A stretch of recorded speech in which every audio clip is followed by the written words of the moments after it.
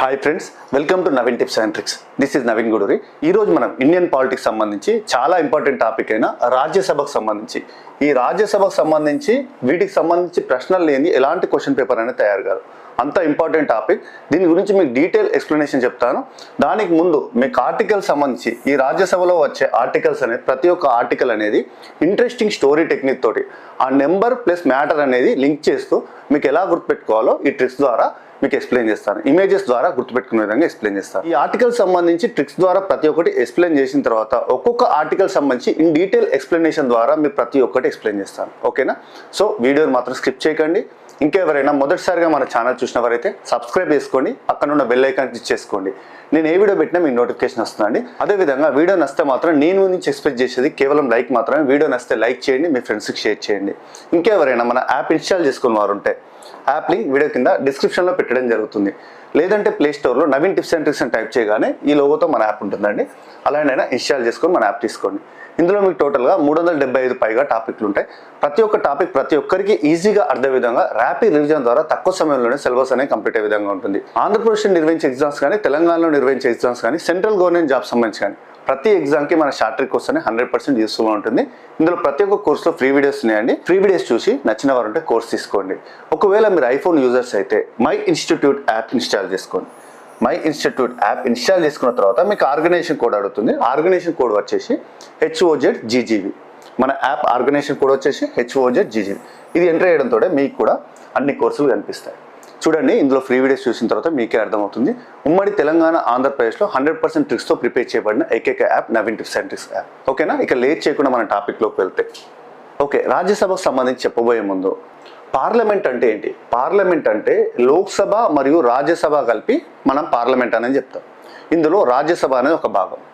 ఈ రాజ్యసభకు సంబంధించి ఇందులో చైర్మన్ ఉంటారు, డిప్యూటీ చైర్మన్ ఉంటారు. వారి యొక్క పదవీ కాలాలు ఎంత ఉంటాయి, వారికి సంబంధించిన అర్హతలు ఏంటి, అనర్హతలు ఏంటి, వాటికి సంబంధించి ప్రత్యేక అధికారాలు ఉంటాయి చైర్మన్కి. ఆ ప్రత్యేక అధికారాలు ఏంటివి, ఇవన్నీ మనకు ఎగ్జామ్లో చాలా వరకు రిపీట్ చేస్తూ ఉంటారు. వాటికి సంబంధించి చెప్పబోయే ముందు మొదటగా ఈ రాజ్యసభకు సంబంధించిన ఆర్టికల్స్ ఏమేమి ఉన్నాయి, ఈ ప్రకరణలకు సంబంధించి చూసిన తర్వాత వాటిని గుర్తుపెట్టుకున్న తర్వాత ఒక్కొక్క దాని నుంచి డీటెయిల్గా చూద్దాం. ఇప్పుడు రాజ్యసభకు సంబంధించిన ప్రకరణలు చూద్దాం. ఈ రాజ్యసభకు సంబంధించిన ప్రకరణలు 80 నుంచి స్టార్ట్ అవుతాయి. 80, ఓకేనా? 80 నుంచి స్టార్ట్ అవుతాయి. మొదటి ప్రకరణ 80. ఇప్పుడు ఇక్కడ మీకు స్టోరీ టెక్నిక్ చెప్తాను. ఒక చిన్న స్టోరీ టెక్నిక్ ఉంటుంది. దీని ప్రకారం ఆర్టికల్ నెంబర్ కూడా ఈజీగా గుర్తుంటుంది. ఇక్కడ స్టోరీ టెక్నిక్ చూడండి. ఇక్కడ ఒక రాజు ఉన్నాడు, 80 ఏళ్ళ రాజు. ఇక్కడ చూసారు, 80 ఏళ్ళ రాజు కొత్తగా ఒక రాజ్యసభను ఏర్పాటు చేశాడు. 80 ఏళ్ళ రాజు. ఈ 80 ఏళ్ళని ఎందుకు చెప్తున్నాను, 80 అనేది ఎందుకని ప్రతి ఒక్కటి లింక్ చేస్తాను. ఒక రాజ్యసభను ఏర్పాటు చేశాడు. ఏర్పాటు చేసి ఏం చెప్తున్నాడంటే దీనికి ఒక టైం పీరియడ్ పెట్టాడు. ఇది ఎన్ని సంవత్సరాలు పనిచేస్తుందంటే, ఈ రాజ్యసభ నేను ఏర్పాటు చేసిన రాజ్యసభ 83 సంవత్సరాల పాటు కొనసాగుతుంది అని చెప్పేసి చెప్తున్నాడు. ఇక్కడ ప్రజలకు చెప్తున్నాడు. ఇప్పుడు నేను ఒక పెద్ద రాజ్యసభను ఏర్పాటు చేస్తున్నాను అని చెప్పేసి 80 సంవత్సరాల్లో ఒక రాజు ఏర్పాటు చేయడం జరిగింది. అతను చివరి దశలో ఈ సభను ఏర్పాటు చేశాడని చెప్పేసి గుర్తుపెట్టుకో. 80 ఏళ్ళ వయసు. ఏర్పాటు చేసిన తర్వాత ఏం చెప్తున్నాడు, దీని యొక్క టైం పీరియడ్ ఎప్పటివరకు ఇది కొనసాగుతుంది, రాజ్యసభ ఎప్పటివరకు కొనసాగుతుంది అంటే ఈ సభ అనేది 83 సంవత్సరాలు కొనసాగుతుంది అని చెప్పేసి చెప్తుంది. దీని కాల పరిమితి 83 సంవత్సరాలు కొనసాగుతుంది అని చెప్పేసి చెప్తున్నారు. తదుపరి 83 సంవత్సరాలు అంటే ఇది కూడా ఎలా గుర్తుపెట్టుకోవాలి, కాల పరిమితి 83 సంవత్సరాల వరకు కొనసాగుతుంది అని చెప్పేసి చెప్తున్నారు. ఇప్పుడు టైం అంటే ఇక్కడ కాల పరిమితి అంటే 83 మీకు గుర్తు లేకపోతే మనకు రోజుకు ఎన్ని గంటలు ఉంటాయి, రోజుకి 24 గంటలు ఉంటాయి. సో ఇప్పుడు 24 గంటలు అంటే 8 × 3 ఎంత, 8 × 3 ఎంత, 24 అవర్స్. రోజుకి 24 గంటలు ఉంటాయి. ఓకేనా? సో కాలం అనేది ఒక రోజుకు 24 గంటలు సమయం. సో ఇక్కడ కాల పరిమితి కూడా ఇప్పుడు దీని లింక్గానే 83 సంవత్సరాలను పెట్టడం జరిగిందని చెప్పేసి గుర్తుపెట్టుకోవాలి మనం. ఎందుకు 83 సంవత్సరాలే ఉంటుంది టైం పీరియడ్ అని చెప్పేసి, సభ ఎందుకు 83 సంవత్సరాలు ఉంటుందంటే దీనికి లింక్గా గుర్తుపెట్టుకోండి. 83 అంటే 8 × 3 24 అవర్స్. ఒక రోజుకు 24 గంటలు ఉన్న మాదిరిగా ఈ సభ అనేది 24 గంటల పాటు కొనసాగుతుంది. ఒక రోజు మొత్తం 24 గంటలు కొనసాగుతుంది టైం అనేది చెప్పేసి, కాలం అని చెప్పేసి చెప్తున్నాడు. ఇక్కడ అందరికీ చెప్తున్నాడు. ఇలా గుర్తుపెట్టుకోవాలి టైం అనేది. ఓకేనా? ఇక్కడ వరకు ఓకే, లింక్ చేసాం కదా. తర్వాత మరి రాజ్యసభకి ఎంటర్ కావడానికి ఒక ఎంట్రన్స్ టెస్ట్ పెడుతున్నాడు. ఎవరు పడితే వాళ్ళు రావడానికి లేదు ఈ రాజ్యసభకు. దానికోసం ఒక ఎంట్రన్స్ టెస్ట్ అనేది నిర్వహిస్తున్నారు. సో అంత పెద్ద రాజ్యసభ ఏర్పాటు చేస్తున్నప్పుడు దాని కాంపిటీషన్ హెవీగా ఉంటుంది కాబట్టి దాని ఎంట్రన్స్ టెస్ట్కి మార్క్స్ అనేది, పాస్ మార్కులు అనేది నార్మల్గా మనకి ఎంత ఉంటాయి, 35 40 అలా మార్క్స్ ఉంటాయా పాస్ పర్సెంటేజ్ అనేది. సో అలా చెప్పట్లేదు. ఇంత పెద్ద రాజ్యసభకి ఎంటర్ కావాలంటే మినిమం మీరు 100కి 84 మార్కులు సాధించాలని చెప్పేసి చెప్తున్నారు. మినిమం కనీసం ఈ సభ్యులు ఇందులోకి ఎంటర్ కావాలంటే అర్హత సాధించాలంటే 84 మార్కులు సాధించాలి. 100కి 84 మార్కులు సాధించాలని చెప్పేసి ఒక కండిషన్ పెట్టాడు. ఎగ్జామ్ పెడుతున్నాడు. అర్థమవుతుంది కదా. ఫస్ట్ 80 ఏళ్ళ రాజు ఒక సభను ఏర్పాటు చేసి పెద్ద సభను ఏర్పాటు చేశాడు. తర్వాత దాని టైం పీరియడ్ ఎంతకాలం కొనసాగుతుందని చెప్తున్నాడు, 83 సంవత్సరాలు కొనసాగుతుందని చెప్పేసి చెప్తున్నాడు. ఈ పెద్ద రాజ్యసభ 83 సంవత్సరాల పాటు కొనసాగుతుందని చెప్పాడు. కాల పరిమితి 8x3 24 గంటలు, రోజుకి 24 గంటలు ఉంటాయి కాబట్టి కాలం అని చెప్పేసి గుర్తుపెట్టుకోవచ్చు. తర్వాత దీంట్లోకి ఎవరు పడితే వాళ్ళు ఎంటర్ కావడానికి లేదు. దీనికి ఒక ఎంట్రన్స్ టెస్ట్ అనేది నిర్వహించాడు. ఈ ఎంట్రన్స్ టెస్ట్లో మినిమం మార్క్స్ ఎంత రావాలి, పాస్ కావాలంటే కాంపిటీషన్ హెవీగా ఉంటుంది కాబట్టి కట్ ఆఫ్ అనేది 84 మార్క్స్ రావాలని చెప్పేసి పెడుతున్నారు. 84 మార్క్స్ సాధించిన వాళ్ళు లోపలికి ఎంటర్ అవుతారని చెప్పేసి అర్హత మార్కులు అనేది నిర్ణయించడం జరిగింది. ఎగ్జామ్ పెట్టాడు. అయితే దీంట్లో ఒక ఇద్దరు పాస్ అయ్యారు. ఆ ఇద్దరు కూడా 84 మార్కులు కాదు, వాళ్ళు ఒక 5 మార్కులు ఎక్కువ సాధించారు. 84 కంటే ఇంకొక 5 మార్కులు ఎక్కువనే తెచ్చుకొని ఇద్దరు 89 మార్కులు సాధించి ఇందులోకి సభలోకి ఎంటర్ కావడం జరిగింది. అర్హత మార్కుల కన్నా మించి ఒక 5 మార్కులు ఎక్కువనే, నువ్వు 84 మార్కులు పెడితే నేను 89 మార్కులు తెచ్చుకున్నా అని చెప్పేసి ఇద్దరు టాపర్స్ వచ్చారు. ఆ ఇద్దరు ఎవరంటే చైర్మన్, డిప్యూటీ చైర్మన్. వీళ్ళిద్దరు ఇక్కడ చూస్తున్నారుగా, చైర్మన్, డిప్యూటీ చైర్మన్. వీళ్ళిద్దరికి 89 మార్కులు వచ్చాయి. 89 మార్కులు అంటే 89 ప్రకరణ 89 ఆర్టికల్ ఏంటి అంటే chairman, Rajya Sabha chairman, deputy chairman గురించి తెలుపుతుంది. ఓకే, ఇదేంటి మరి 84 అంటే సభ్యత యొక్క కనీస అర్హత మార్కులు ఎంత రావాలంటున్నారు. అర్హత మార్కులు దీనిలో లోపలికి ఎంటర్ కావాలంటే అర్హత 84 మార్కులు అని చెప్తున్నారు. అంటే ప్రకరణ 84 ఆర్టికల్ 84 ప్రకారం సభ్యుల యొక్క అర్హతలు, అందుకే 84 మార్కులు రావాలి, అర్హత సాధించిన 84 మార్కులు రావాలని చెప్పడం జరిగింది ట్రిక్ ప్రకారం. సో 84 అనే రాజ్యసభ సభ్యుల అర్హతల గురించి తెలుపుతుంది. సో వీటికన్నా 5 మార్కులు ఎక్కువ సాధించి ఇద్దరు ఎన్నిక కావడం జరిగింది. లోపలికి ఎంట్రన్స్ టెస్ట్ పాస్ అయ్యి ఎంటర్ కావడం జరిగింది. వాళ్ళు ఎవరు, చైర్మన్, డిప్యూటీ చైర్మన్. 5 మార్కులు అంటే 84కి 5 మార్కులు కలిపితే ఎంత, 89. ప్రకరణ 89 రాజ్యసభ చైర్మన్ మరియు డిప్యూటీ చైర్మన్ గురించి తెలుపుతుంది. ఇక్కడ వరకు ఓకే కదా. నెక్స్ట్ ఇంకా కొన్ని ఆర్టికల్స్ ఉన్నాయి ఇంపార్టెంట్, వీటికి సంబంధించి చూడాలి. ఇప్పుడు నెక్స్ట్ చైర్మన్ ఎంటర్ కావడం జరిగింది. చైర్మన్కి ఇప్పుడు పవర్స్ ఉంటాయి. చైర్మన్ చైర్లో కూర్చున్నాడు. ఇతను ఏం చేస్తున్నాడు, మిగతా వాళ్ళు పాస్ అయిన వాళ్ళు వస్తారు కదా, మిగతా ఇంకా కరెక్ట్ 84 బార్డర్లో 85, 86 ఇలా కొంచెం వీళ్ళకన్నా తక్కువ మార్కులు వచ్చిన వాళ్ళు సభ్యులు వస్తారు కదా, ఎంటర్ అవుతారు కదా, వీళ్ళందరితోటి ప్రమాణ స్వీకారం చేపిస్తున్నాడు. మీరందరూ నిజాయితీతో పనిచేయాలి. చైర్మన్ పవర్ ఉంటుంది కాబట్టి వీరందరితో ప్రమాణం చేపిస్తున్నాడు. మీరందరూ నిజాయితీతో పనిచేయాలి. 100% ఎవరు చేయరు అని 99% అన్న మ్యాక్సిమం మీరు నిజాయితీగా ఉండే విధంగా ప్రమాణం చేయండి అని చెప్పేసి ప్రమాణం చేయిస్తున్నారు. సో ఇప్పుడు 99 ఆర్టికల్ ఏం చెప్తుందంటే ప్రమాణ స్వీకారం సంబంధించి చెప్తుంది. వీరందరినీ సభ్యులందరినీ మీరు ప్రమాణం చేయండి అని చెప్పేసి కోరాడు. ఎవరు, రాజ్యసభ చైర్మన్ కోరడం జరిగింది. కోరాడు అంటే ఇక్కడ చూడండి ఇంకొకటి, వీళ్ళందరినీ ప్రమాణం చేయండి అని చెప్పేసి 99% నిజాయితీగా ఉండమని. కోరాడు అంటే కోరం 100 ఆర్టికల్ సంబంధించి. ఫస్ట్లో ఏమన్నాడు, 100% మీరు ప్రమాణం చేయండి. 100% మీరు ప్రమాణం చేసిన తర్వాత మీరు కనీసం 100% ప్రమాణం చేస్తే 99% అయినా నిజాయితీగా వర్క్ చేస్తారని చెప్పేసి వీళ్ళందరినీ కోరడం జరిగింది. 100% ప్రమాణం చేయండి అని చెప్పేసి కోరాడు. సో 100% ప్రమాణం చేయండి అని కోరాడు అంటే 100 ఆర్టికల్ అనేది కోరం సంబంధించి తెలుపుతుంది. కోరం 100 అంటే ఆర్టికల్ కోరం ఇలా గుర్తుపెట్టుకోండి. 99% నిజాయితీగా ఉండండి అని ప్రమాణం చేశాడని 99 అంటే ప్రమాణ స్వీకారానికి సంబంధించి. ఓకేనా, ఇక్కడ క్లియర్ కదా. 99 అయిపోయింది, 100 కూడా అయిపోయింది. నెక్స్ట్ ఇందులో 100 మంది సభ్యులు ప్రమాణం చేసిన తర్వాత ఒకతను వచ్చాడు. ఈ ప్రమాణం చేసిన దాంట్లో ఒకతను వచ్చి ఇది నాతోటి అయ్యేలా లేదు, ఇంత నిజాయితీగా ఉండడం నాతోటి అయ్యేలా లేదని చెప్పేసి ఇందులో ఒక వ్యక్తి వచ్చాడు. 100 మంది ప్రమాణం చేస్తే ఇందులో ఒక వ్యక్తి, నెక్స్ట్ వ్యక్తి ఎవరు, 101 అని అనుకోండి, ఒక వ్యక్తి వచ్చాడు 1.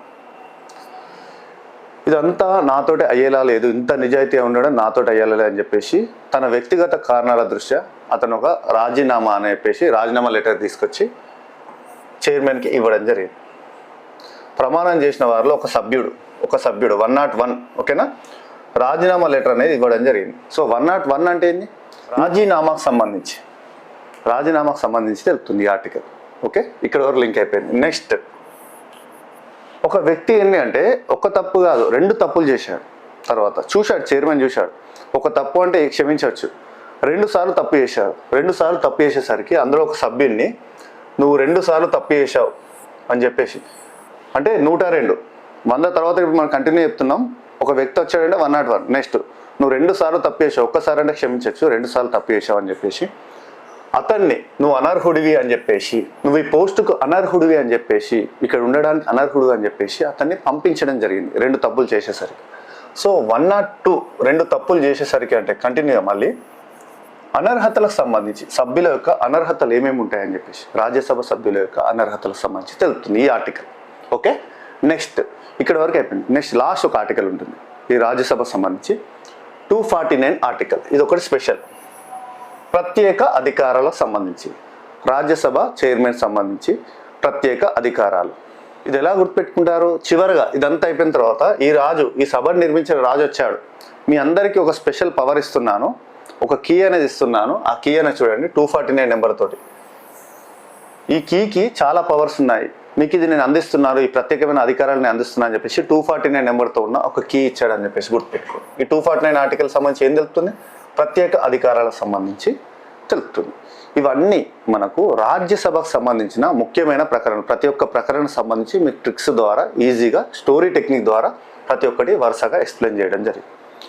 ఇప్పుడు వీటికి సంబంధించి ఒక్కొక్క దాని గురించి స్టార్టింగ్ ఒక రాజు రాజ్యసభను నిర్మించాడు, రాజ్యసభకు సంబంధించి మీకు బ్రీఫ్ ఎక్స్ప్లెనేషన్ చెప్పాలి. దాని తర్వాత దీని యొక్క కాల పరిమితి అని చెప్పాను, 83 సంవత్సరాలు కొనసాగుతుంది, 8x3 24 అవర్స్ అని గుర్తుపెట్టుకుంటే కాలం అనేది గుర్తుంటుంది. ఆ కాల పరిమితి సంబంధించి ఎక్స్ప్లెయిన్ చేయాలి. తర్వాత దీనికి చైర్మన్ డిప్యూటీ చైర్మన్ ఉంటారు. అదేవిధంగా అర్హతలకు సంబంధించి చెప్పాను, దీనికి ఒక ఎంట్రన్స్ టెస్ట్ 84 మార్క్స్ రావాలని చెప్పేసి, అంటే 84 ఆర్టికల్ ఎంట్రన్స్ అర్హతలకు సంబంధించి చెప్పాను. తర్వాత దీనికన్నా 5 మార్కులు ఎక్కువ తెచ్చుకొని సభలోకి ఎంటర్ కావడం జరిగింది, వాళ్ళనే చైర్మన్ డిప్యూటీ చైర్మన్గా నియమించారని చెప్పేసి 89 ఆర్టికల్ చైర్మన్ డిప్యూటీ చైర్మన్ గురించి చెప్పడం జరిగింది. వీటికి సంబంధించి డీటెయిల్ ఎక్స్ప్లెనేషన్, ఎలా ఎన్నికవుతారు అసలు చైర్మన్ అనేవాళ్ళు, డిప్యూటీ చైర్మన్ అనేవాళ్ళు, వాటి గురించి చెప్పాలి. అదేవిధంగా ప్రమాణ స్వీకారం సంబంధించి ఎవరికి ప్రమాణ స్వీకారం అనేది ఎవరు చేయిస్తారు, వీటి సమయం డీటెయిల్ ఎక్స్ప్లెనేషన్ ఇప్పుడు చూద్దాం, ప్రతి ఒక్కటి చూద్దాం. ఇప్పుడు రాజ్యసభకు ఒకే పేరు లేదు, చాలా వరకు పేర్లు ఉన్నాయి. ఎగ్జామ్లో అప్పుడు మనకు అడుగుతుంటాడు, పెద్దల సభ అని దేన్ని అంటారు, నిరంతర సభ అని దేన్ని అంటారు, శాశ్వత సభ అని దేన్ని అంటారంట. రాజ్యసభ గల మరో పేర్లు పెద్దల సభ, శాశ్వత సభ, నిరంతర సభ, ఏవైనా రాజ్యసభ పేర్లే. ఓకేనా, పర్యాయ పదాలు ఇవన్నీ, రాజ్యసభ గల పర్యాయ పదాలు. ఎగువ సభ ఇవన్నీ పర్యాయ పదాలు. ఓకే, నెక్స్ట్ కేంద్ర శాసన నిర్మాణ శాఖలో ఎగువ సభను రాజ్యసభ అని పిలుస్తారు, దిగువ సభను లోక్సభ అంటారు. దాని గురించి తర్వాత చూద్దాం మనం. ప్రజెంట్ ఎగువ సభ ఈ రాజ్యసభ సంబంధించి చూద్దాం. ఈ రాజ్యసభకు సంబంధించి అసలు ఎప్పుడు ఏర్పాటు కావడం జరిగింది? 1952 ఏప్రిల్ 3, 1952 ఏప్రిల్ 3న ఏర్పాటు కావడం జరిగింది. తొలి సమావేశం ఎప్పుడు జరిగింది రాజ్యసభకు సంబంధించి? 1952లోనే మే 13. ఇది ఏప్రిల్ 3, ఇది మే 13. ఓకేనా, చివరిలో 2, 3 వచ్చాయి. ఓకేనా, మే 13లో మొదటి సమావేశం అనేది ఏర్పాటు కావడం జరిగింది. నెక్స్ట్ సభ్యుల యొక్క సంఖ్య ఎంతమంది ఉంటారు రాజ్యసభలో? సభ్యులు ఎంతమందిగా ఉంటారు మొత్తం టోటల్గా గరిష్ట సభ్యుల సంఖ్య 250 మంది ఉంటారు రాజ్యసభకు. దీంట్లో నామినేట్ చేసే వ్యక్తులు ఎంతమంది అంటే, రాష్ట్రపతి నామినేట్ చేస్తాడు కొంతమంది వ్యక్తులను, 12 మందిని నామినేట్ చేస్తారు. ఈ 12 మంది పోతే ఎంతమంది ఉంటారు? మిగతా వారు ఎన్నికయ్యేవారు ఎంతమంది? ఇంకా 230. 250లో 12 మందిని రాష్ట్రపతి నామినేట్ చేస్తాడు, నామినేటెడ్ పోస్టులు. ఈ 12 మంది పోతే మిగతా వాళ్ళు ఎంతమంది ఉంటారు? ఎన్నికయ్యే వాళ్ళు 238 మంది ఈ సభ్యులు ఎన్నిక కావడం జరుగుతుంది రాజ్యసభకు. ఓకేనా, నెక్స్ట్ ప్రస్తుతం మరి ఎంతమంది ఉన్నారు? 245 మంది ఉన్నారు ప్రస్తుతం రాజ్యసభ సంబంధించి. అవుట్ ఆఫ్ 250లో ఎంతమంది ఉన్నారు సభ్యులు? 245 మంది ఉన్నారు. దీంట్లో ఎవరెవరు ఎంతమంది, ఎన్నికయ్యేవారు ఎంతమంది, నామినేట్ చేసిన వారు ఎంతమంది అంటే, నామినేట్ అయ్యేవారు 12 మంది ఉన్నారు, ఎన్నికైన వారు 233 మంది ఉన్నారు. ఓకేనా, ఇందులో 5 తక్కువ. ఓకేనా, 233 మంది ఏమో ఎన్నికైన వారు ఉన్నారు. నామినేట్ అయ్యేవారు ఎంతమంది అంటే, నామినేట్ కాబడిన వారు ఎంతమంది అంటే 12 మంది ఉన్నారు. టోటల్గా ప్రజెంట్ 245 మెంబర్స్ ఉన్నారు సభ్యులు. ఇదంతా రాజ్యసభ సంబంధించిన బ్రీఫ్ ఇంట్రడక్షన్. ఇప్పుడు ఒక్కొక్క ఆర్టికల్ సంబంధించి మీకు 80 ఏళ్ల వృద్ధుడు రాజ్యసభను ఏర్పాటు చేయడం జరిగింది అని ఫస్ట్ ఆర్టికల్ చెప్పడం జరిగింది. ఆర్టికల్ 80 ఏర్పాటు గురించి తెలుపుతుంది, ఏర్పాటు నిర్మాణం సంబంధించి. దీని గురించి చూడండి. ఇంకా రాష్ట్రపతి 12 మంది సభ్యులను నామినేట్ చేస్తారు. ఇంతకుముందు చెప్పాను కదా, మొత్తం 250 మెంబర్స్ ఉంటే దాంట్లో 12 మందిని రాష్ట్రపతి నామినేట్ చేసే అధికారం ఉంటుంది, నామినేట్ చేస్తారు. ఓకేనా, మిగిలిన వారు ఎంతమంది? 233 మంది. ఈ 233 మంది ఎక్కడి నుంచి వస్తారు మరి? రాష్ట్రాలు, కేంద్రపాలిత ప్రాంతాల శాసనసభ సభ్యుల ద్వారా ఎన్నికవుతారు. శాసనసభ సభ్యుల ద్వారా ఎన్నికవుతారు వీరు, రాజ్యసభ సంబంధించిన సభ్యులు. ఓకే, మరి వీరిని ఎలా ఎన్నుకుంటారు, ఏ ఓటు పద్ధతి ద్వారా ఎన్నుకుంటారంటే ఇక్కడ చూడండి. రాష్ట్రాల నుంచి ప్రాతినిధ్యం పొందే రాజ్యసభ సభ్యులు ఉంటారు కదా, వీళ్ళను రాజ్యసభ సభ్యులను ఏ రాష్ట్రానికి సంబంధించి ఆ రాష్ట్రాలు, ఆయా రాష్ట్రాల శాసనసభ సభ్యులు ఉంటారు కదా, ఈ శాసనసభ సభ్యులు దేని ద్వారా ఎన్నుకుంటారంటే ఏ ఓటు పద్ధతి అంటే ఇంపార్టెంట్ ఇక్కడ, నైష్పత్తిక ప్రాతినిధ్య విధానం, ప్రపోర్షనల్ రిప్రజెంటేషన్ మెథడ్ ద్వారా ఎన్నుకుంటారు.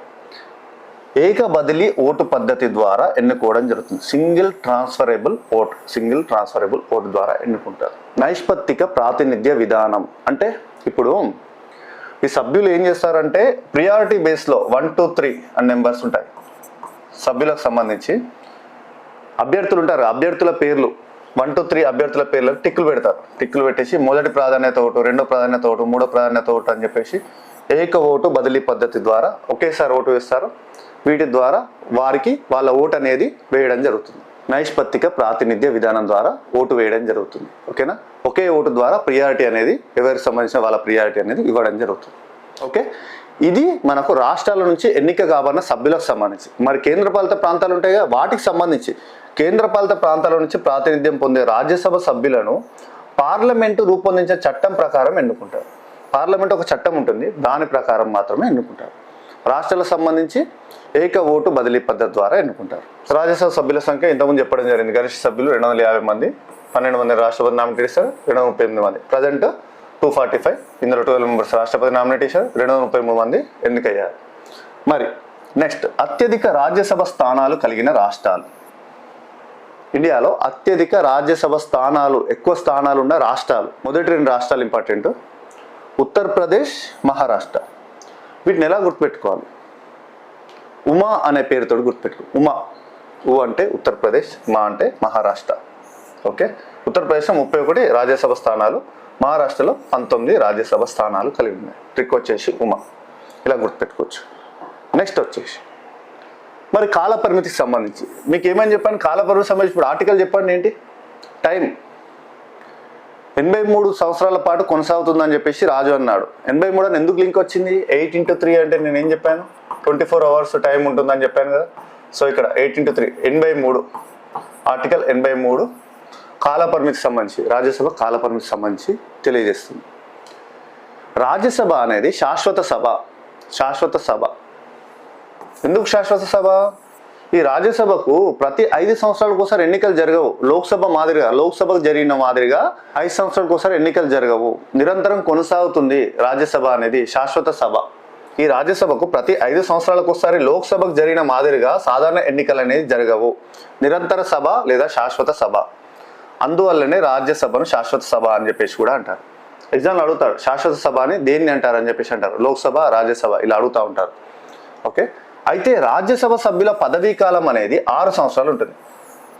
రాజ్యసభ సభ్యుని పదవీ కాలం ఎంత? 6 సంవత్సరాలు. దీంట్లో ప్రతి 2 సంవత్సరాలకు ఒకసారి 1/3 వంతు సభ్యుల మంది పదవీ విరమణ చేస్తారు. మొత్తం ఒక 100 మంది ఉన్నారనుకోండి, ప్రతి 2 సంవత్సరాలకు ఒకసారి 2 yearsకి ఒకసారి 1/3 వంతు, ఇప్పుడు 100లో 1/3 వంతు అంటే 33.3%, 33 మంది పదవీ విరమణ చేస్తారు.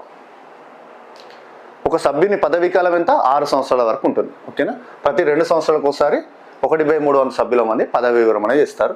మరి పదవీ విరమణ చేసిన తర్వాత ఖాళీ అయిపోతాయి. ఇప్పుడు 100లో 33 మంది పదవీ విరమణ చేస్తారు. అప్పుడు మనం 100లో 33 పోతే ఇంకా ఖాళీ ఉంటాయా? 33 సీట్లు ఖాళీ ఉంటాయా? వాటికి సంబంధించి ఖాళీ అయిన స్థానాల్లో కొత్త సభ్యులు ఎన్నికవుతారు. వెంటనే కొత్త సభ్యులు ఎన్నిక కావడం జరుగుతుంది. ఓకే, ఈ ప్రక్రియ ప్రతి 2 సంవత్సరాలకు ఒకసారి జరుగుతుంది.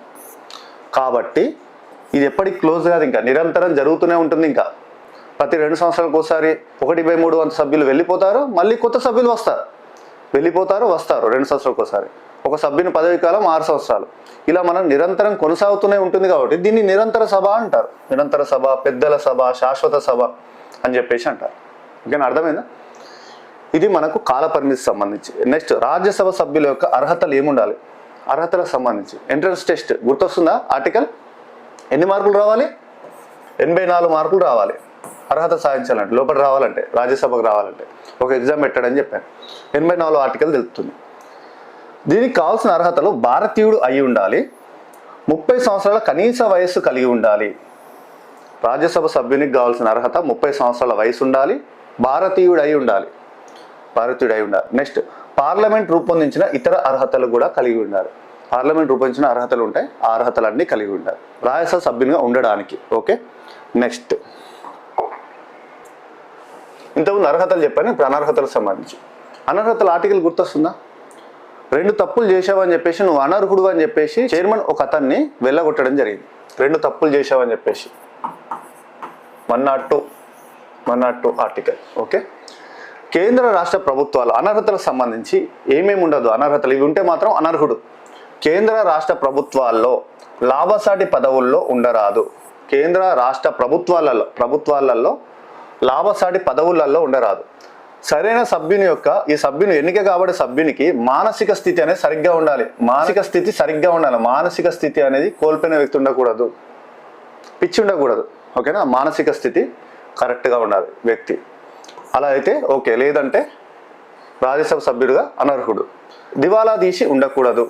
నెక్స్ట్, విదేశీ పౌరసత్వం కూడా కలిగి ఉండకూడదు, భారతీయుడై ఉండాలి. ఇంతకు చెప్పాను, అర్హతలు వచ్చినట్టు ఇది కూడా వచ్చినట్టే, భారతీయుడై ఉండాలి, దివాలా తీసి ఉండకూడదు.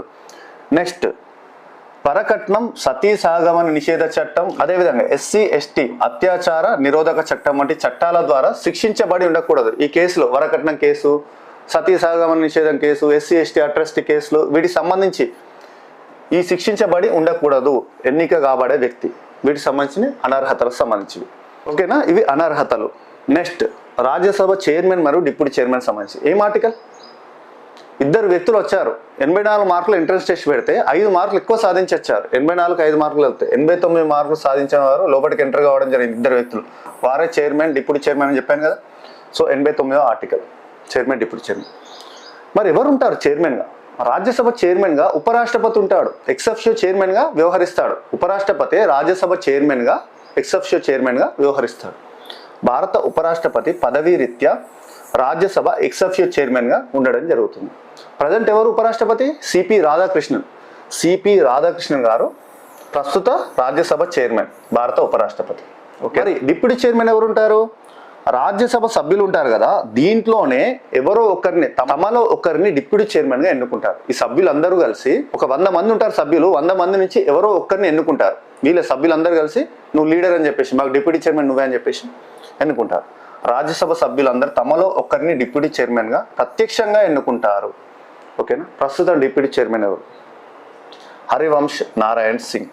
ఓకేనా, మరి రాజ్యసభ మొదటి చైర్మన్ ఎవరు? డాక్టర్ సర్వేపల్లి రాధాకృష్ణన్. రాజ్యసభ మొదటి డిప్యూటీ చైర్మన్ ఎవరు? ఎస్వి కృష్ణమూర్తి. ప్రస్తుతం కూడా అడుగుతారు, మొదటిది ఎవరు, ప్రస్తుతం ఎవరు చదువుకోవాలి. లేటెస్ట్ రాజ్యసభ ప్రస్తుత చైర్మన్ ఎవరంటే భారత ఉపరాష్ట్రపతి సిపి రాధాకృష్ణన్. ప్రస్తుత డిప్యూటీ చైర్మన్ ఎవరంటే హరివంశ్ నారాయణ్ సింగ్. ఇవి రాజ్యసభ చైర్మన్ మరియు డిప్యూటీ చైర్మన్ సంబంధించిన బ్రీఫ్ ఎక్స్ప్లెనేషన్. నెక్స్ట్, ప్రమాణ స్వీకారం, పదవీ ప్రమాణ స్వీకారం సంబంధించి 100% ప్రమాణం చేయండి అని కోరాడు. 100 అంటే కోరాడు, కానీ 99% అన్న నిజాయితీగా ఉంటారని చెప్పేసి ప్రమాణం చేయడం జరిగిందని చెప్పారు. 99% అన్న నిజాయితీగా ఉండాలని చెప్పేసి ప్రమాణం చేయమని కోరాడు అని చెప్పేసి ట్రిక్ ప్రకారం చెప్పారు. సో 99వ ఆర్టికల్ ప్రమాణ స్వీకారం సంబంధించి. రాజ్యసభ సభ్యులు రాష్ట్రపతి సమక్షంలో ఎప్పుడు ప్రమాణ స్వీకారం చేస్తారు? రాష్ట్రపతి చేత, రాష్ట్రపతి ఉన్నప్పుడు రాజ్యసభ సభ్యులు, ప్రతి ఒక్క రాజ్యసభ సభ్యులు రాష్ట్రపతి సమక్షంలో లేదా ఆయన నియమించిన, రాష్ట్రపతి నియమించిన అధికారి సమక్షంలో, రాజ్యాంగంలోని 3వ షెడ్యూల్లో పేర్కొన్న విధంగా ప్రమాణ స్వీకారం చేస్తారు. దీని ఆధారంగా రాష్ట్రపతి సమక్షంలో ప్రమాణ స్వీకారం చేస్తారు. లేదు అంటే రాష్ట్రపతి ఒక వ్యక్తిని నియమిస్తాడు, అతని ఆధ్వర్యంలో మాత్రమే ప్రమాణ స్వీకారం చేస్తారు. రాజ్యాంగంలో 3వ షెడ్యూల్లో పేర్కొన్న విధంగా ప్రమాణ స్వీకారం అనేది చేయడం జరుగుతుంది. ఒకవేళ ప్రమాణ స్వీకారం చేయకుండా సభలో కూర్చుంటే, సభకి ఎంటర్ అవుతే జరిమానా ఉంటుంది. ఒకవేళ పదవీ ప్రమాణ స్వీకారం చేయకుండా సభా కార్యక్రమాలలో పాల్గొంటే, సభకు వస్తే 500 రూపాయల జరిమానా, రోజుకి 500 రూపాయల జరిమానా చెల్లించాలి. ఓకేనా, ఇది ప్రమాణ స్వీకారానికి సంబంధించి ఆర్టికల్ ఎంత? 99. నెక్స్ట్ రాజ్యసభ సభ్యుల రాజీనామాకు సంబంధించి చూద్దాం. ఇంతకుముందు మీకు ట్రిక్లో రాజీనామాకు సంబంధించి ఫస్ట్ ప్రమాణ స్వీకారం ఏమని చెప్పించారు? 99% అన్న నిజాయితీ ఉంటారని చెప్పేసి 100 మందిని కోరారు అని చెప్పేసి చెప్పాను. 100 మందిని కోరారు అంటే 100 అంటే కోరారు అంటే కోరం సంబంధించి ఆర్టికల్. 99% అని నిజాయితీగా ఉంటారని చెప్పేసి ప్రమాణ స్వీకారం చేయించుకున్నారంటే 99 ఆర్టికల్ ప్రమాణ స్వీకారానికి సంబంధించి. అయితే ఇప్పుడు దీంట్లో 100 మందిని కోరారు అన్న తర్వాత ఈ 100 మందిలో నుంచి తర్వాత ఒక వ్యక్తి వచ్చేసి ఇంత నిజాయితీగా ఉండడం నా వల్ల కాదని చెప్పేసి స్వచ్ఛందంగా రాజీనామా చేయడానికి ఒక పత్రం తీసుకొని వచ్చి చైర్మన్ని కలవడం జరిగిందని చెప్పేసి ట్రిక్ ప్రకారం చెప్పడం జరిగింది. ఇక్కడ రాజ్యసభ సభ్యులకు సంబంధించి రాజీనామా సంబంధించి ఈ 100 మందిలో 101వ వ్యక్తి అని చెప్పేసి చెప్పాను. ఒక వ్యక్తి వచ్చేసి స్వచ్ఛందంగా రాజీనామా పత్రాన్ని చైర్మన్కి అందించడం జరిగిందని చెప్పేసి ట్రిక్ ప్రకారం చెప్పింది. అంటే ఇప్పుడు ఆర్టికల్ ఏంటి? ఇప్పుడు 101 అనేది 101 క్లాస్ 3 అనేది రాజ్యసభ సభ్యులు తమ రాజీనామా పత్రాన్ని తన రాజ్యసభ చైర్మన్ లేదా డిప్యూటీ చైర్మన్కి సమర్పించాలని చెప్పేసి తెలుపుతుంది ఈ ఆర్టికల్. 101 క్లాస్ 3 ప్రకారం రాజ్యసభ సభ్యులు రాజీనామా చేయాలనుకుంటే ఆ రాజీనామాను చైర్మన్ కానీ డిప్యూటీ చైర్మన్ కానీ సమర్పించాలని చెప్పేసి తెలుపుతుంది ఆర్టికల్. అయితే దీంట్లో చైర్మన్ మరి అంగీకరించచ్చా అంగీకరించరాదా అని చెప్పేసి చూస్తే ఏ సమయంలో అంగీకరిస్తాడు, ఏ సమయంలో దీన్ని రిజెక్ట్ చేస్తాడంటే ఒకవేళ ఆ రాజీనామా స్వచ్ఛందంగా ఆయన ఇష్టంతో చేస్తాడంటే అంగీకరిస్తాడు. ఎవరి ప్రెషర్ లేదు అని చెప్పేసి చేస్తే అంగీకరిస్తాడు చైర్మన్. అలా కాకుండా ఎవరైనా ఒత్తిడి చేసి స్వచ్ఛందంగా చేయలేదని తెలిసినా కానీ అది నిర్బంధించబడి చేయించబడిందని తెలిస్తే, అంటే నిర్బంధంతో ఎవరైనా ప్రెషర్ చేసి ఒత్తిడితో ఈ రాజీనామా చేయమని చెప్పేసి బలవంత పెట్టి రాజీనామా చేయిస్తే మాత్రం ఇలా అనుమానం కలిగినప్పుడు ఆ చైర్మన్ అనేది చైర్మన్ ఆ రాజీనామాని తిరస్కరించవచ్చు, ఆమోదించకపోవచ్చు. ఓకేనా? అర్థమైంది కదా?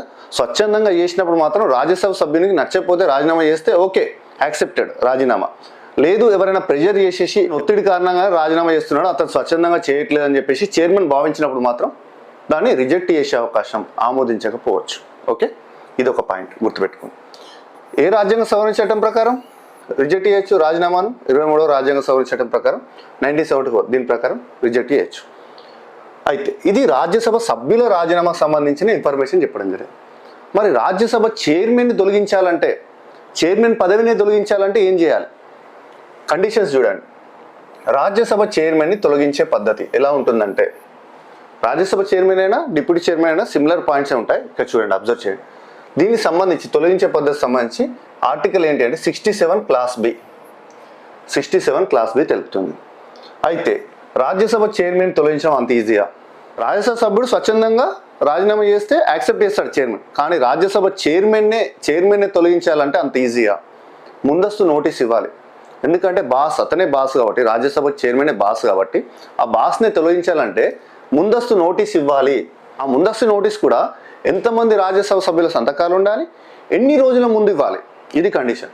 ఈ ముందస్తు నోటీసు కనీసం 50 మంది సభ్యుల సంతకాలతో కూడిన తొలగింపు తీర్మానాన్ని ప్రిపేర్ చేసి 50 మంది రాజ్యసభ సభ్యుల సంతకాలు ఉండాలి, సంతకాలు యాక్సెప్ట్ చేయాలి, ఇతను తొలగించాలని చెప్పేసి యాక్సెప్ట్ చేసి సంతకాలతోటి ప్రిపేర్ చేసి ముందుగా 14 రోజుల ముందు నోటీస్ ఇవ్వాలి. వెంటనే ఇమ్మీడియట్గా కాదు, 14 రోజుల ముందు 50 మంది సభ్యుల సంతకాలతో ప్రిపేర్ చేసి ముందస్తు నోటీస్ అనేది జారీ చేయాలి. తర్వాత ఓ తీర్మానాన్ని ప్రవేశపెట్టాలి. నోటీస్ ఇచ్చిన తర్వాత ఈ తీర్మానాన్ని కూడా ముందుగా దేంట్లో ప్రవేశపెడతారు? లోక్సభలోనో రాజ్యసభలోనో? అంటే రాజ్యసభ, ఎగువ సభ, పెద్దల సభలోనే ప్రవేశపెట్టాలి. ముందుగా రాజ్యసభలోనే ప్రవేశపెడతారు, తీర్మానాన్ని ప్రవేశపెడతారు. మరి ఇది కరెక్టా కాదా, తొలగించచ్చా తొలగించరాదా అని చెప్పేసి. మరి దానికి ఏది ఆమోదం ఉండాలి? రాజ్యసభ ఆమోదం తెలపాలి. ఈ రాజ్యసభ ఆమోదం తెలపాలంటే ఎంతమంది సభ్యులు ఆమోదించాలి? రాజ్యసభ సభ్యులు ఎంతమంది ఉండాలి ఆమోదించాలంటే మొత్తం సభ్యులలో 2/3 వంతు మెజారిటీ రావాలి. అప్పుడు మాత్రమే రాజ్యసభ చైర్మన్ అనేది తొలగించడం జరుగుతుంది. ఓకే, 2/3 అంటే ఫర్ ఎగ్జాంపుల్ 150 మంది ఉన్నారు సభ్యులు, మొత్తం సభ్యులు 150 మంది ఉన్నారు అనుకోండి. దీంట్లో 2/3 వంతు మెజారిటీ రాజ్యసభ చైర్మన్ తొలగించడానికి ఆమోదించాలి. 2/3 అంటే 150 వంతులలో 2/3 అంటే ఎంత? 100 మంది రాజ్యసభ చైర్మన్కి తొలగించాలని చెప్పేసి తీర్మానం చేయాలి, యాక్సెప్ట్ చేయాలి అతని తొలగింపును. అప్పుడు మాత్రమే రాజ్యసభ చైర్మన్ని తొలగించడం జరుగుతుంది. ఓకేనా? తర్వాత దీంతో పాటు లోక్సభకు వస్తే ఇక రాజ్యసభ ఆమోదం తెలపాలంటే 2/3 వంతు మెజారిటీ ఉండాలి. ఫర్ ఎగ్జాంపుల్ 150 మంది ఉంటే రాజ్యసభలో సభ్యులు 100 మంది ఇతను తొలగించాలని చెప్పేసి సపోర్ట్ చేయాలి, యాక్సెప్ట్ చేయాలి. 100 మంది తొలగింపు తీర్మానాన్ని ఆమోదించాలి. నెక్స్ట్ దీంతో పాటు లోక్సభలో సాధారణ మెజారిటీ ఆమోదించాలి. ఇవన్నీ అయినప్పుడే రాజ్యసభ చైర్మన్ అనేది తొలగించబడతాడు. ఓకేనా? మరి ఇప్పటి వరకు ఏమన్నా రాజ్యసభ చైర్మన్ తొలగించారా అని చెప్పేసి చూస్తే, ఇప్పటి వరకు ఏ రాజ్యసభ చైర్మన్ పై కూడా తొలగింపు తీర్మానం అనేది ప్రవేశపెట్టలేదు. రాజ్యసభ చైర్మన్ అనే కాదు, డిప్యూటీ చైర్మన్ పైన కూడా ఇదివరకు ఎప్పుడు ఈ తీర్మానాన్ని ప్రవేశపెట్టలేదు. ఇంత ప్రాసెస్ ఉంటుంది. రాజ్యసభ చైర్మన్ తొలగించాలంటే అంత ఈజీ కాదు. ఓకేనా? ప్రతి ఒక్క కండిషన్ సాటిస్ఫై కావాలి. మొత్తం సభ్యులలో 2/3 వంతు మెజారిటీ ఉండాలి వద్దు అని చెప్పేసి. లోక్సభ సాధారణ మెజారిటీ ఉండాలి. ముందస్తు నోటీస్ ఇవ్వాలి. 14 రోజుల ముందు ముందస్తు నోటీస్ ఇవ్వాలి. కనీసం ఆ నోటీసులలో 50 మంది సభ్యుల సంతకాలు ఉండాలి తొలగింపు తీర్మానానికి సంబంధించి. ఇవన్నీ పాసిబుల్ అయితేనే రాజ్యసభ చైర్మన్ని తొలగించవచ్చు. ఓకేనా? మరి దీంట్లో మీకు ఒక డౌట్ రావాలి. రాజ్యసభ చైర్మన్ని తొలగించినప్పుడు ఇదంతా చెప్తున్నా కదా, మరి ఇదంతా చెప్పేటప్పుడు ఇదంతా మెజారిటీ ఆమోదించాలి, 2/3 వంతు మెజారిటీ ఆమోదించాలి సభ్యులు. అదేవిధంగా ఇందులో 50 మంది సభ్యుల సంతకాలతో కూడిన తీర్మానం ప్రవేశపెట్టాలి. ఎవరికి ప్రవేశపెడతారు? రాజ్యసభ చైర్మన్ తొలగిస్తున్నప్పుడు రాజ్యసభ చైర్మన్ ఆ చైర్లో ఉంటాడా? ఇప్పుడు వీరందరికి సంబంధించి 2/3 వంతు మెజారిటీ ఈ పత్రాలు అనేవి రాజ్యసభ చైర్మన్కి సమర్పించాలా అంటే, అతన్ని తొలగింపు తీర్మానం అతనికి సమర్పిస్తాడా అంటే, ఆ సమయంలో ఇతను చైర్మన్గా వ్యవహరించరాదు. ఇది ఒక పాయింట్ గుర్తుపెట్టుకుని. రాజ్యసభ చైర్మన్ తొలగింపు విధానంలో ఆ పద్ధతిలో రాజ్యసభ చైర్మన్ అక్కడ చైర్మన్గా వ్యవహరించకూడదు. ఆ సమయంలో డిప్యూటీ చైర్మన్ ఉంటాడు. చైర్మన్ పైన తొలగింపు తీర్మానం వచ్చినప్పుడు చైర్మన్ ఉండకూడదు, అధ్యక్షత వహించరాదు. ఓకే, ఇక్కడ చూడండి. Note point. తనను తొలగించే తీర్మానం చర్చిస్తున్నప్పుడు రాజ్యసభ చైర్మన్ అధ్యక్షత వహించరాదు. అధ్యక్షత పదవిలో మాత్రం ఉండకూడదు. ఓకేనా? ఈ పాయింట్ గుర్తుపెట్టుకోండి. లోక్సభ తీర్మానం పరిశీలిస్తున్న సమయంలో ఇంకొక పాయింట్. లోక్సభ తీర్మానం పరిశీలిస్తున్న సమయంలో రాజ్యసభ చైర్మన్గా ఉపరాష్ట్రపతి తమ విధులను నిర్వర్తిస్తాడు.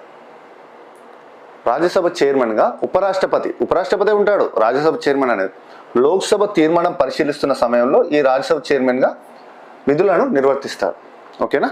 నెక్స్ట్ ఇంతకుముందు చెప్పాను, ఇప్పటి వరకు ఎవరిపైన కూడా తొలగింపు తీర్మానాన్ని ప్రవేశపెట్టలేదు. ఏ చైర్మన్ పైన కానీ డిప్యూటీ చైర్మన్ పైన తొలగింపు తీర్మానాన్ని ప్రవేశపెట్టలేదు.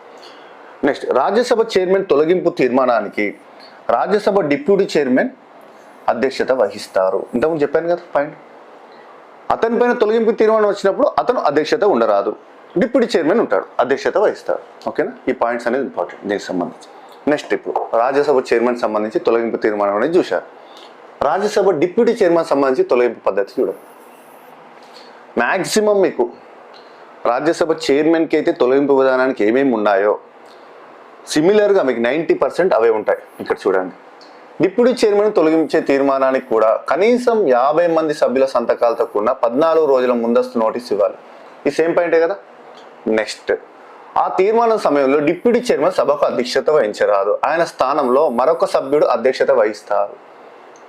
డిప్యూటీ చైర్మన్ పైన ఆరోపణలు వచ్చి డిప్యూటీ చైర్మన్ తొలగింపు విధానం చేసేటప్పుడు అతను అధ్యక్షత వహించరాదు. మళ్ళీ ఇంతకుముందు రాజ్యసభ చైర్మన్ సంబంధించి అతనిపైన తొలగింపుకు సంబంధించి తీర్మానం చేసే అప్పుడు రాజ్యసభ చైర్మన్ అధ్యక్షత వహించరాదని చెప్పాను కదా. ఇప్పుడు డిప్యూటీ చైర్మన్ పైన కూడా ఏదైనా ఆరోపణలు వచ్చి తొలగింపు తీర్మానం ప్రవేశపెట్టినప్పుడు అతను ఆ సభకు అధ్యక్షత వహించరాదు. ఓకే. నెక్స్ట్ ఆయన స్థానంలో మరొక సభ్యుడు, అందులో సభ్యులలో ఎవరో ఒక సభ్యుడు అధ్యక్షతగా వహించి దీనికి సంబంధించిన ప్రాసెస్ అన్ని జరుగుతుంది. నెక్స్ట్ ఈ తీర్మానాన్ని రాజ్యసభ మొత్తం సభ్యుల్లో 2/3 వంతు మెజారిటీ ఆమోదిస్తే డిప్యూటీ చైర్మన్ తొలగించబడతారు. ఇంతకుముందు అంతే కదా, 2/3 వంతు మెజారిటీ. Same point. నెక్స్ట్ ఇప్పటి వరకు ఏ రాజ్యసభ డిప్యూటీ చైర్మన్ పై కూడా తొలగింపు తీర్మానం ప్రవేశపెట్టబడలేదు.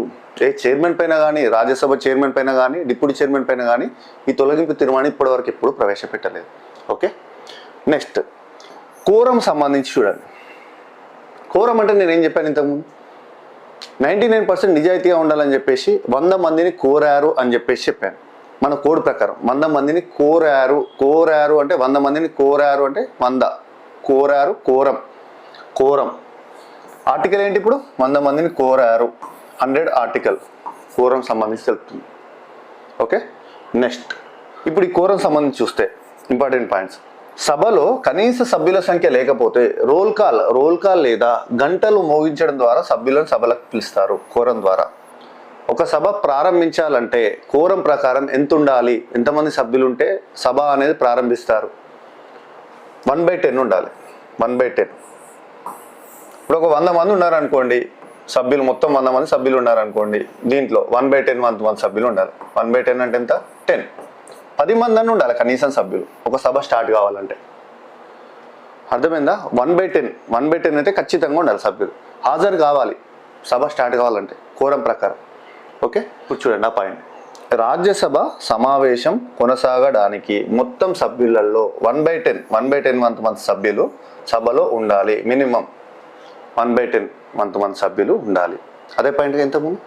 మరి ఒకవేళ లేకపోతే 1/10 మంది సభ్యులు రాలేదు, ఒక 100 మంది సభ్యులు ఉన్నారనుకోండి మొత్తం రాజ్యసభ సభ్యులు, దాంట్లో 9 మంది కానీ 8 మంది కానీ సభ్యులు వచ్చారు, హాజరయ్యారు.